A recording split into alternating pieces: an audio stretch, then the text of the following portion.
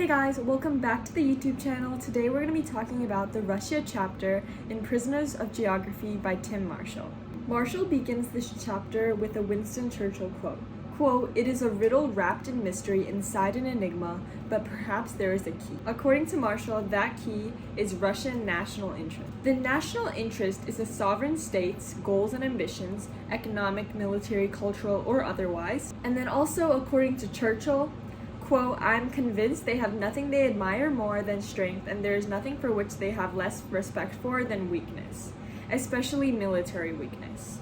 This is the North European plain. This plain gives way for possible defense when Russia is invaded.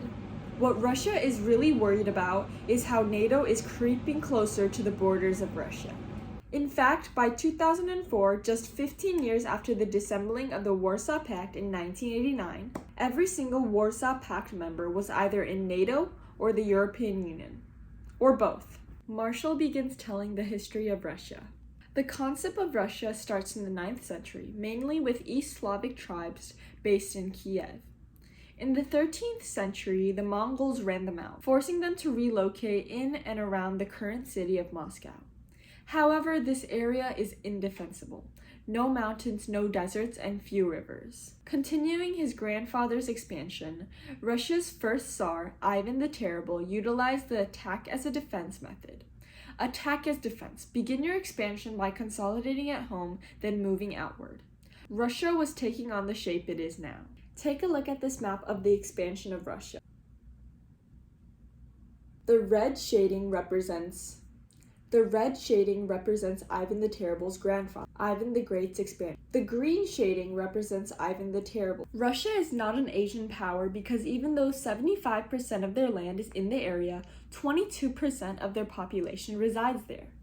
Plus, most of it is Siberia, and due to its harsh conditions, it would be hard to maintain a status there. Russia's Achilles heel, the lack of warm water ports. The only thing that saves them from this is their oil and gas. The only access Russia has is through Crimea. So when Crimea was attacked by Ukraine, Russia was quick to help. They changed their citizenship rules so that Crimeans would be inclined to take Russian citizenship, therefore allowing Russia to send out troops to protect their people. After getting Ukraine to pull out of Crimea, Crimea was essentially a de facto part of Russia. Following this, the EU posed limited sanctions on Russia. Limited because essential Russian energy runs east to west to European states. With the main problem between the EU and Russia being energy, the US presents a solution. US energy. This way, the EU will not have to sway towards Russia in fear of losing their gas. The US will be able to sustain both themselves and Europe. For every dollar decrease in the price of gas, the Russian economy loses $2 billion. It was already hit hard during COVID, and it just gets worse for them.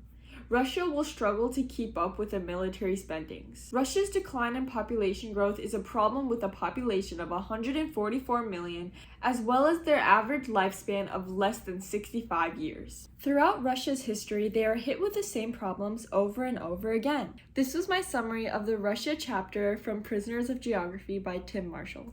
I hope this was helpful and I hope you enjoyed. Bye!